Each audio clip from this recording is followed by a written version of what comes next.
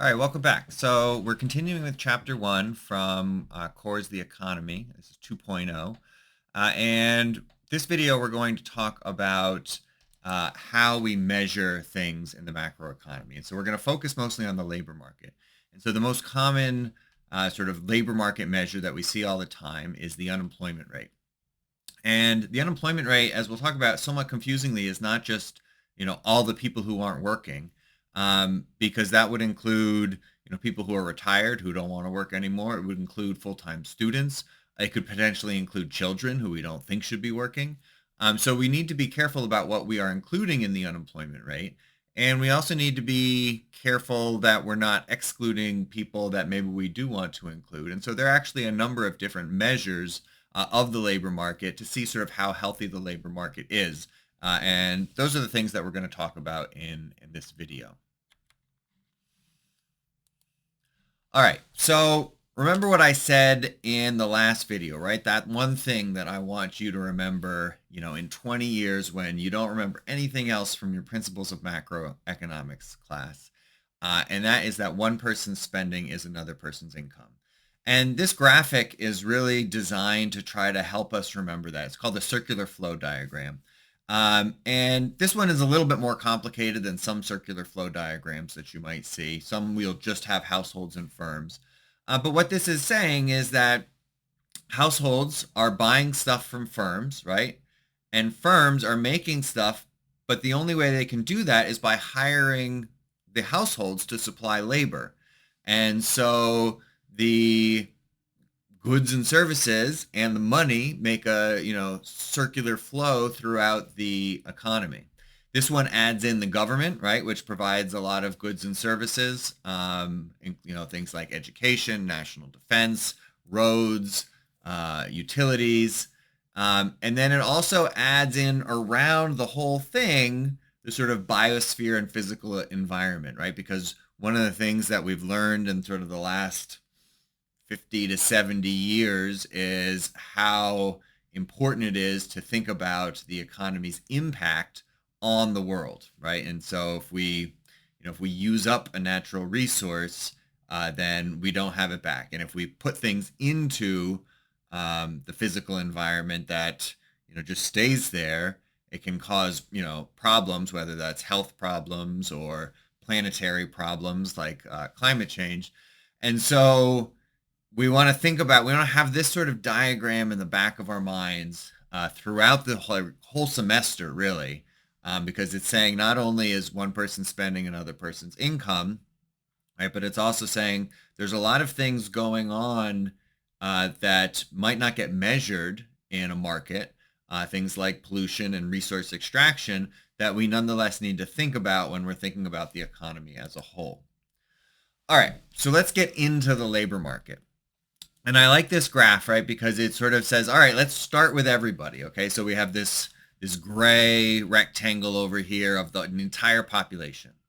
Now, when we're thinking about labor, right, we don't want to think about people who are too young to be working. And some countries might decide, okay, we also don't want to think about people that are too old to be working. In the United States, we really just sort of take out the children and leave everybody else, which means that we might have a slightly different measure of the employment to population ratio. But so we take out all the people that we don't think should be working because of age, and then we're left with the population of working age or the working age population. So that's sort of all the people that could be working, that blue rectangle. Now, not everybody that could be working wants to be working, right? So some people will be retired, some people will be home with the kids, some people will be in school full time.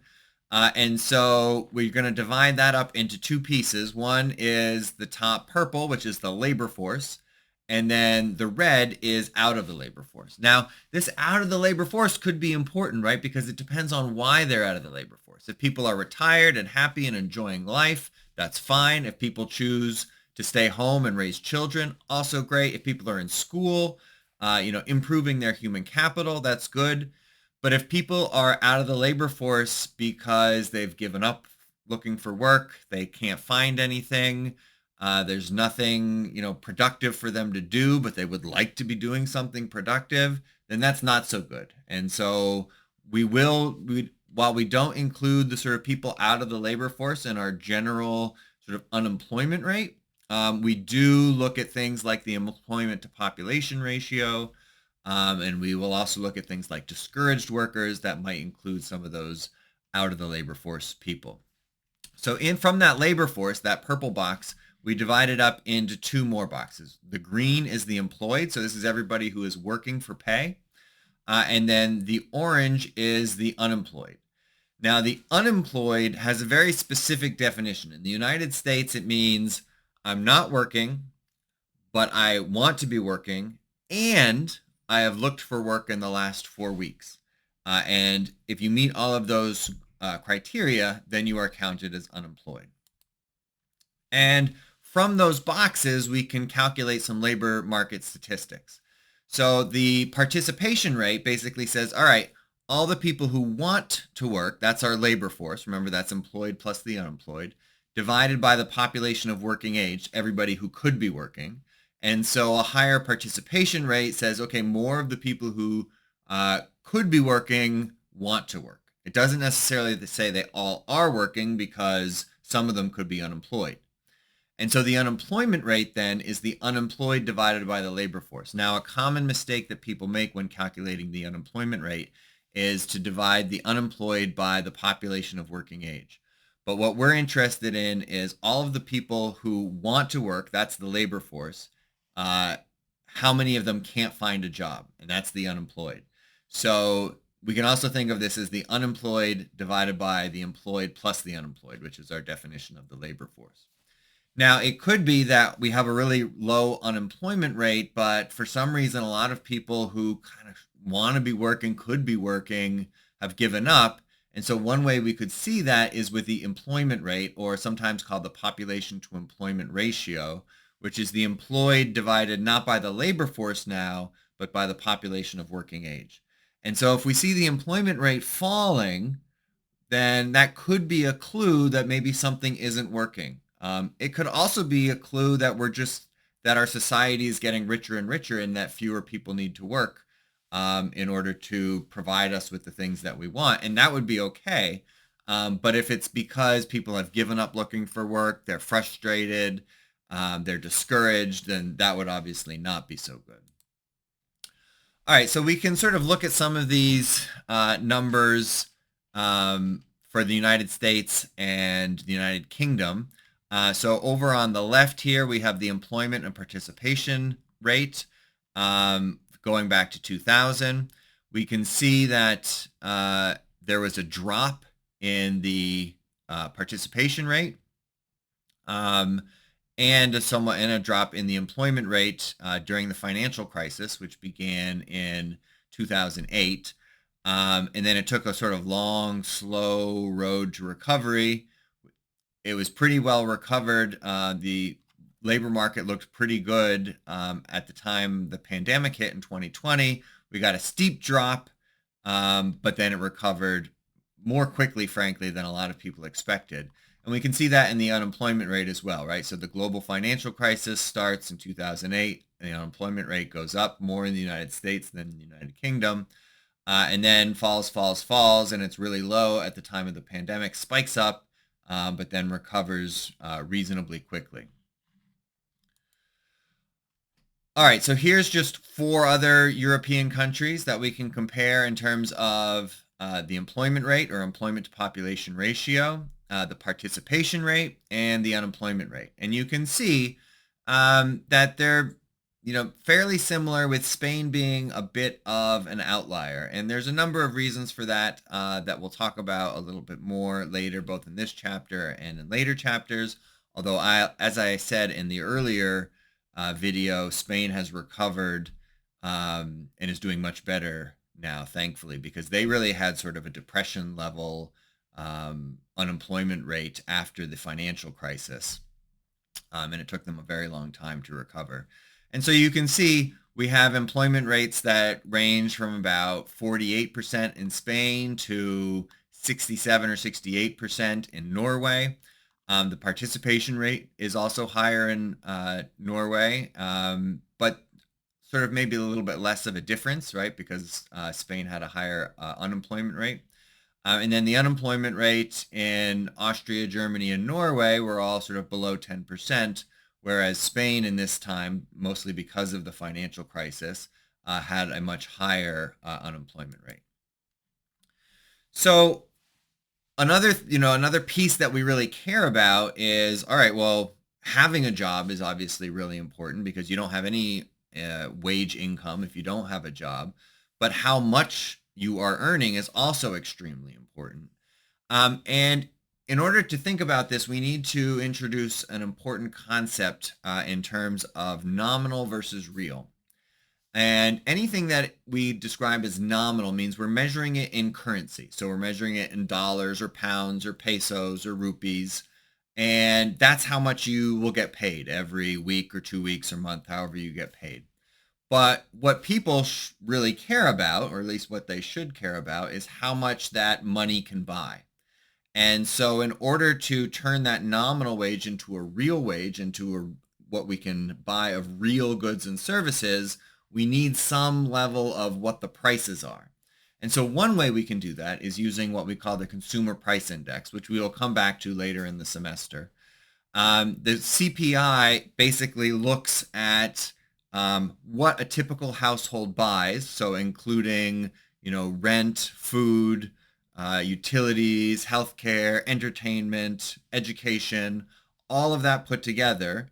And then we can create this real wage measure by dividing our nominal wage by the price of that shopping basket. This is turned into an index here. So with an index is something that is equal to 100 at some year. We're just going to say, okay, here in 2000, we'll set it equal to 100. And then if it goes up, we can see how much it's gone up by. If it goes down, we can see how much it's gone down by. And so the real wage index doesn't tell you how many tomatoes you can buy, but it does tell you whether it's going up or down compared to the base year. And so here is a wage index for the United States going back to 2010, from 2010 to 2022. And so what we can see here, looking at our vertical axis, we're setting 2010 equal to 100 for all of them. And so in 2010, we're just saying, okay, the nominal wage, the CPI, the real wage, they're all equal to 100 in 2010. Now we know 2010, we're still recovering from the financial crisis. And so it's not too surprising that the real wage actually goes down a little bit from 2010 to, say, 2015, despite the fact that the nominal wage is going up. And so how is that possible? Well, so you're getting paid more dollars, but prices are going up faster than your income. And so the amount of stuff you can buy actually is going down. And then nominal wages keep going up. Fortunately, now after 2015, they're going up faster than prices. And so now the real wage is actually going up. And we can see by 2022, it's higher than it was in 2010, but not a lot higher, right? The nominal wage here is about 42% higher than it was in 2010. But the price index is about 34% higher. And so our real wage index is only about 7% higher in 2022 than it was in 2010. So this is, what a lot of people see, right? They feel like, okay, well, my wage is going up, but why don't I feel 40% richer in 2022 than I did in 2010? Well, that's because prices have gone up as well. And so while people on average were better off in terms of their real wage in 2022 than they were in 2010, not by as much as, perhaps they hoped. Now, the other thing that we can note in this graph is the pandemic level of inflation, right? So the real wage had actually gone up over 10% by 2020, but we all know that we had, significant amounts of inflation after the pandemic, and those eroded a lot of those nominal wage gains between 2020 and 2022. They have started to turn up again. Inflation is down to between sort of 2.5% and 3%, whereas it hit a high of about 9% in 2022. But it's still a little bit higher than we would like. All right, so we're going to stop there, and in the next video, we'll start thinking about how to build our model using the labor market and using the things we learned in this video in order to have a better understanding of both the unemployment rate and the real wage from a macroeconomic point of view.